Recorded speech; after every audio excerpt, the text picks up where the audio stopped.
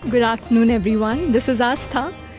आज मैं as a youth representative आपसे कुछ सवाल पूछना चाहूँगी। जैसे ओशो के फ़िलॉसफीज़ काफ़ी इंटरेस्टिंग है और काफ़ी बार पढ़ने में लगता है कि जो सोसाइटी में चल रहा है, जैसे ओशो के lessons on love, on life, they are very different. तो आप उनके छोटे भाई हैं, मेरा बड़ा भाई यहाँ पर है। मेरे बहुत झगड़े होते हैं मेरे बड़े भाई से कि नहीं ऐसे you are saying this and I mean this. आपका भी कुछ ऐसा संवाद, कुछ ऐसी प्रॉब्लम्स रही कभी? देखिए, मेरी उम्र ओशो से 24 साल छोटी है। जब मैं पैदा हुआ था उनको एनलाइटेंड हुए 3 साल बीत चुके थे। तो मैंने उनको गुरु की तरह ही जाना है और स्वयं को हमेशा एक शिष्य के रूप में मैंने समझा। तो भाई भाई का जैसा संबंध आप सोचते हैं वैसा हमारा कभी नहीं रहा। मैं पैदाइशी शिष्य हूँ और जब मैंने उनको देखा, समझो जब मेरी उम्र कुछ सोचने समझने को 8-10 साल की, उसके बाद ही कुछ समझ आती है। तब तक वो 34-35 साल के हो चुके थे, विश्वविख्यात हो चुके थे, उनकी सैकड़ों किताबें छप चुकी थीं, गुजराती, पंजाबी, मराठी और अंग्रेजी में अनुवादित हो चुकी थीं। जब वो घर आते थे साल में 3-4 बार, तो जब वो आते थे ऑलरेडी उनके साथ 25-50 लोग आ जाते थे। बैठ शुरू हो गई, लोग सवाल पूछ रहे हैं, वो उत्तर दे रहे हैं। हम छोटे बच्चे, हम बीच में कोने में बैठ के सुन रहे हैं, हम बीच में चाय पानी लाने का काम कर रहे हैं। तो हमें गहरी गहरी बातें तो समझ नहीं आती थी, लेकिन ओशो की आदत थी काफ़ी चुटकुले सुनाने की, कहानी सुनाने की, वो समझ में आता था।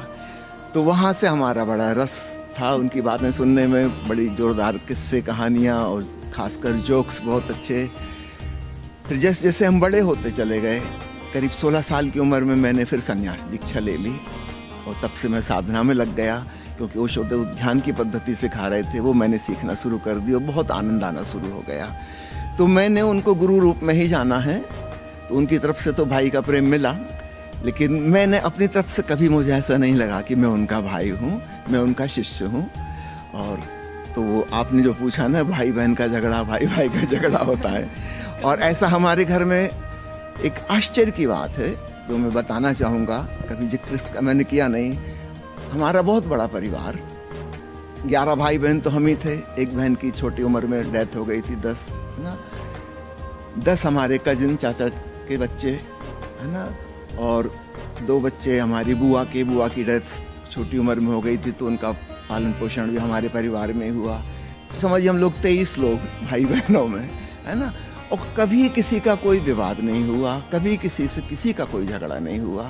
तो जब मैं दूसरे लोगों की सुनता हूँ कि उनके घर में झगड़ा होता है, हम चकित रह जाते हैं कि झगड़ा कैसे होता है, भाई भाई का कैसे झगड़ा होगा। तो हमारा परिवार कुछ विचित्र परिवार कह लीजिए, है ना।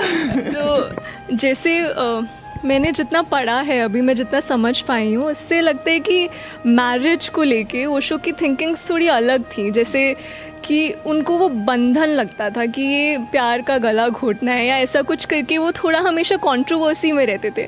जहाँ तक मैंने सुना है, उड़ती उड़ती खबर है कि आपकी लव मैरिज हुई है जी।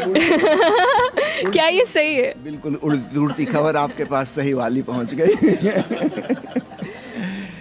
देखिए, ओशो के विचार जो हैं वो दोनों पक्ष से सुने जाएं, है ना।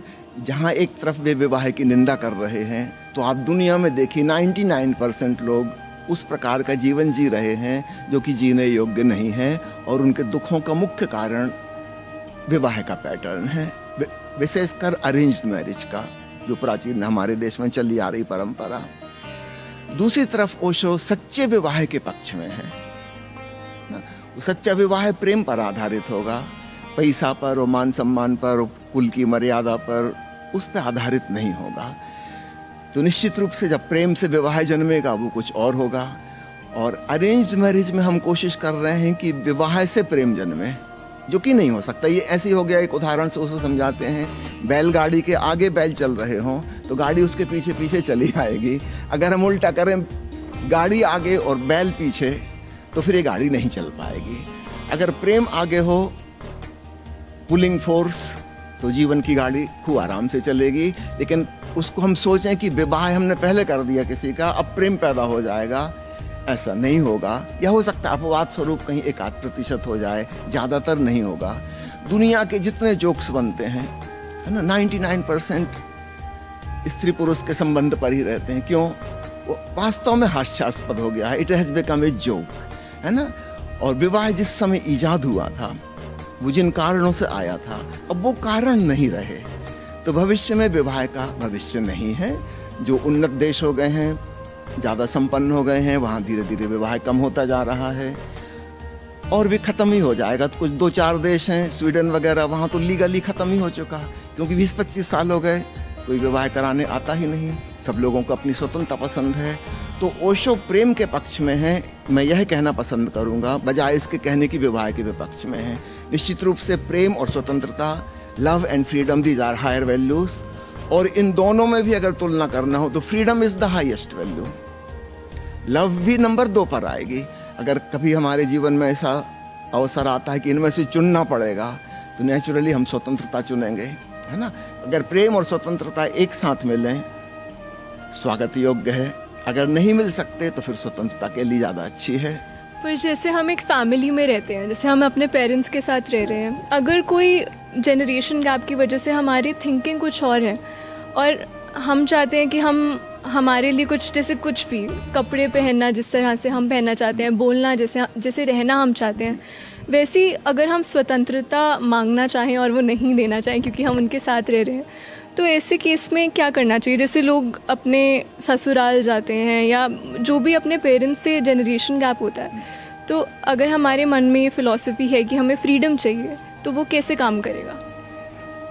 मैं थोड़ी सी बात जनरेशन गैप के बारे में पहले कहूँ कि वो क्यों है। पहले ये समस्या नहीं थी, समझो पिछली 100 साल में या 50-60 साल में पैदा हुई। पहले ऐसी कोई समस्या नहीं होती थी। उसकी वजह ये थी कि जिनकी उम्र ज़्यादा है, बुजुर्ग हैं, अनुभवी हैं, वो हमसे ज़्यादा ज्ञानी होते थे और वो हमेशा छोटी उम्र वालों को सिखाते थे। तो केवल माता पिता या चाचा चाची या सास ही नहीं थे, जेठानी ही नहीं थे, वो ज़्यादा ज्ञानी और अनुभवी थे हर क्षेत्र में, और नेचुरली नई जनरेशन को वो सिखाएंगे। तो उनके प्रति एक सहज आदर की भावना, सम्मान की भावना छोटों में होती थी, क्योंकि उनसे सीखना है। और ये सीखना ऐसा नहीं है कि किसी दिन एंड हो जाएगा। समझो एक पिता है, कारपेंटर है वो, है ना, उसका बेटा उससे 25 साल छोटा है। बेटा कितना ही होशियार हो जाए कारपेंट्री में, उसका बाप उससे 25 साल सीनियर ही रहेगा और उससे ज़्यादा बड़ा कलाकार रहेगा। उस बेटे को हमेशा ही उससे सीखना होगा कुछ। फिर आई शिक्षा प्रणाली। अब हम माता पिता से, बड़े भाई बहनों से नहीं सीख रहे हैं, स्कूल के द्वारा हम सीख रहे हैं। और भविष्य में संभवतः स्कूल भी हट जाएंगे, AI उसकी जगह ले लेगी, हम सीधा गूगल से, इंटरनेट से ऑलरेडी सीखना शुरू कर चुके हैं। भविष्य में शायद टीचर्स भी खो जाएं, उनकी भी कोई ज़रूरत नहीं बचेगी। ये सारा काम AI के हाथ में चला जाएगा। तो सम्मान किस लिए था? हम बात उनकी किस लिए मान रहे थे? क्योंकि वो हमसे ज़्यादा अनुभवी और ज्ञानी थे। अब हमें पता चला कि वो हमसे ज़्यादा अनुभवी और ज्ञानी नहीं है, क्योंकि उनको गूगल चलाना नहीं आता, उनको चैट GPT देखना नहीं आता, वो छोटे बच्चे को आता है, उसको ज़्यादा जानकारी है, वो ज़्यादा अप टू डेट है। कल्पना करिए मैं एक डॉक्टर हूँ, अब मैंने जब पढ़ा था 52-53 साल हो गए, तब MBBS किया था। इस बीच में मुझे मौका ही नहीं मिला नॉलेज अप टू डेट करने का। एक डॉक्टर है, वो क्लिनिक में बिजी रहता, अस्पताल में बिजी रहता, उसको रात में इमरजेंसी भी अटेंड करने जानी पड़ती, उसको घर गृहस्थी का भी ख्याल रखना है, उसको पढ़ने लिखने का समय नहीं है, अपडेट होने का समय ही नहीं है। अगर मेरा बेटा होता और मुझसे 30 साल बाद वो डॉक्टर बन के आता, तो मुझे उससे सीखना पड़ेगा, क्योंकि मैं आउट ऑफ डेट हो गया हूँ, है ना। मैंने अपनी ज़िंदगी में अल्ट्रासाउंड मशीन देखी ही नहीं, MRI क्या होता है मुझे पता नहीं, मेरे ज़माने में थी ही नहीं। उस ज़माने में सिवाय एक्सरे के और कोई रेडियोलॉजी डिपार्टमेंट में कुछ होता ही नहीं था। क्या क्या नया आ गया, CT स्कैन क्या होता है मुझे नहीं पता, ना ही मैं उसका इंटरप्रिटेशन कर सकता रीडिंग का। मैं तो बहुत पीछे रह गया। अब अगर मेरा बेटा डॉक्टर बन के 30 साल बाद आएगा, तो वह मुझे सम्मान नहीं देखा, वह मेरी स्थिति देख के हंसेगा। मैं जो दवाई प्रिस्क्राइब कर रहा हूँ वो कहेगा, पापा कहाँ की दवाई लिख रही है, तो बंद हो चुकी, ये तो बैंड हो चुकी, आपको नहीं पता। हमको समय नहीं है तब पता लगाने का कि बैन हो चुकी है ना। अब मुझे उससे सीखना पड़ेगा। तो स्थिति पलट गई है, और आदर सम्मान जो मिलता था बड़ों को, उनके ज्ञान की वजह से मिल जाता, और अब स्थिति पलट गई। अब नई जनरेशन ज़्यादा इंटेलिजेंट है, ज़्यादा ज्ञानी है ना, उसके पास ज़्यादा नॉलेज है, वो ज़्यादा अप टू डेट है। तो वो जनरेशन गैप तो बहुत बड़ा हो गया। है ना। अब बड़े बुजुर्ग सोचें कि हमको वैसा ही आदर मिले जैसा पहले मिलता था, वो दिन गए है ना। अब तो आदर उनको तब मिल सकता है जब वो किसी मामले में आगे हों। अगर वो इमोशनली ज़्यादा बैलेंस्ड हैं, स्पिरिचुअली ज़्यादा ग्रोन अप हैं, तो निश्चित रूप से आदर मिलेगा, है ना। लेकिन संसार के ज्ञान के बारे में और पढ़ाई लिखाई के ज्ञान के बारे में तब वो पीछे हो गए और वो आगे नहीं बढ़ सकते, उनके पास समय नहीं है। तो ये जनरेशन गैप का कारण ये है। आने वाले समय में ये गैप और बड़ा हो जाएगा। अभी तो जनरेशन में था, आने वाले समय में ये हो जाएगा कि 4 साल भाई का उम्र का डिफरेंस है, तो 4 साल सीनियर भाई भी पुराना पड़ जाएगा छोटे भाई के लिए। कहेगा बड़े भाई साहब आप कैसी बातें कर रहे हैं, सब गुजरे ज़माने की बातें हो गई 4 साल पहले की, है ना, आप नॉलेज हासिल करो। ये जनरेशन गैप का कारण था।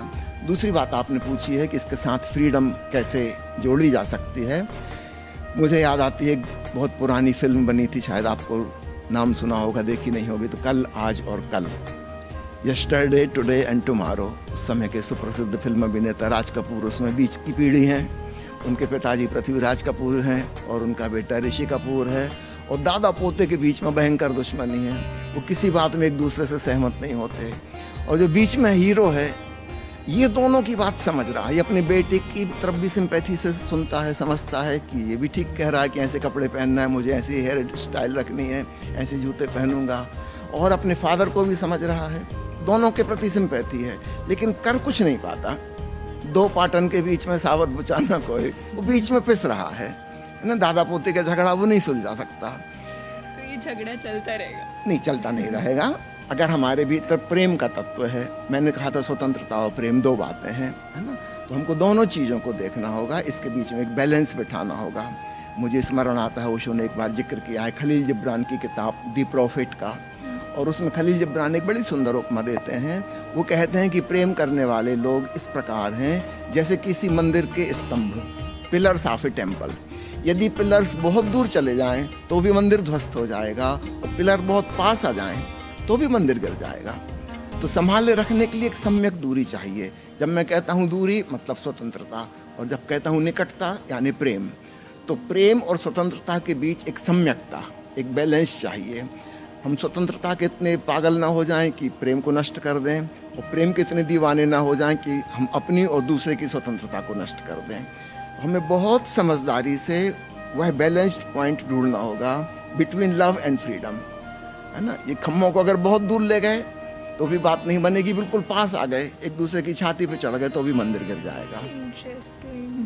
जी, अब जैसे हमारा सोसाइटी वैसे लार्जली, जैसे अभी आपने एक फ़िल्म की बात की, हम एक फ़िल्म को देखते हैं और हम बहुत इन्फ्लुएंस हो जाते हैं उससे कि ऐसी लाइफ, ऐसा कुछ। और बॉलीवुड की दुनिया जैसे बहुत ग्लैमरस दुनिया है कि जो वहाँ हो रहा है वो हमें लगता है सही में हो रहा है, और कभी कभी वो कुछ और ही चल रहा होता है। तो जैसे गोवा फिल्म सिटी में अब आप अपना एक मेडिटेशन कैंप अगर खोलते हैं तो वो कैसे हेल्प करेगा वहाँ के लोग? एक तो गोवा की फास्ट लाइफ है, बहुत फास्ट है, क्लब्स हैं, बीचेस हैं, उसके साथ साथ आपका एक मेडिटेशन कैंप कैसे हेल्प करेगा? देखिए, जहाँ इतनी फास्ट सब चीज़ें दौड़ रही हैं वहाँ लोगों को रेस्ट करने की जगह भी चाहिए है ना। दौड़ते दौड़ते थक जाते हैं। तो जैसे जैसे दुनिया में फास्ट स्पीड बढ़ रही है, लोगों का टेंशन बढ़ रहा है, एम्बिशन बढ़ रही है, उसी के साथ साथ डिप्रेशन और फ्रस्ट्रेशन और सुसाइडल टेंडेंसी डेवलप हो रही है, बहुत सारे मानसिक रोग पैदा हो रहे हैं। तो हमें बैलेंस करने के लिए उतना ही कुछ रेस्टिंग प्लेस भी चाहिए। Meditation is more important today than it was in Buddha's time. उस समय लोगों के इतने तनावग्रस्त नहीं थे। आप पुरानी बात तो छोड़िए, जब मैं मेडिकल कॉलेज में पढ़ता था उस समय हमारे विशाल अस्पताल में 600 बेड के हॉस्पिटल में सिर्फ 10 बेड थे साइकेट्रिक पेशेंट के लिए। एक छोटा सा डिपार्टमेंट था एक कोने में, सिर्फ एक कमरे का, जहाँ एक साइकेट्रिस्ट बैठता था। दैट्स ऑल, उतनी ही ज़रूरत थी। आज स्थिति पलट गई है। विकसित देशों में अभी मानसिक रोग ज़्यादा होने लगे हैं शारीरिक रोग की बजाय, है ना। आयोडीन की कमी अब ठीक हो गई, अब कोई किसी को नहीं होती। आयरन की कमी अब किसी को नहीं होती। जनरल नॉलेज बढ़ गई है, लोगों को हेल्थ के बारे में पता है, क्या खाना चाहिए, क्या नहीं खाना चाहिए, क्या हाइजीनिक है, क्या अनहाइजीनिक है। कितनी बीमारियां ख़त्म हो गई, हैजा ख़त्म हो गया, प्लेग ख़त्म हो गई, स्मॉल पॉक्स ख़त्म हो गई, डिप्थीरिया ख़त्म हो गया, दिमाग ख़त्म ही हो गए। शारीरिक रूप से हम बहुत स्वस्थ हो गए, लेकिन हमारा दिमाग जो है वो एम्बिशन, कंपैरिजन, कंपटीशन है ना, उसमें भाग दौड़ कर रहा है। इस भाग दौड़ की वजह से बहुत ज़्यादा तनाव और टेंशन पैदा हो रहा है। तो इसको बैलेंस करने के लिए हमें एक जगह चाहिए जहाँ आदमी मेडिटेशन कर सके, जहाँ आंख बंद करके चुपचाप बैठ सके, शांत हो सके। तो this is now urgently needed, है ना। पुराने ज़माने में एक लग्जरी थी, कोई आदमी ध्यान करता था, एक लग्जरी की बात थी। आज लग्जरी की बात नहीं। अगर हमको दुनिया की मानसिक अवस्था को संतुलन में रखना है, लोगों के दिमाग सही रखने हैं, परिवार को, समाज को, देश को। देखिए पिछली सदी में 2 विश्व युद्ध हुए भयंकर, इससे ज़्यादा खतरनाक दिन कभी नहीं थे। जब सबसे ज़्यादा एजुकेटेड सदी थी पिछली, और इस सदी में आप देख रहे हैं आतंकवाद किस तरह बढ़ रहा है, और आए दिन कहीं ना कहीं युद्ध चल रहा है। Slowly we are progressing towards the third and the last world war. यदि जिस प्रकार से ज़िंदगी चल रही है भाग दौड़ वाली, ऐसी ही चलती रही तो हम एक ग्लोबल सोसाइड, एक जागतिक आत्मघात करने जा रहे हैं। और इसलिए मैं कह रहा हूँ मेडिटेशन, शांत होना आज जितना इम्पॉर्टेंट है इतना कभी भी नहीं था।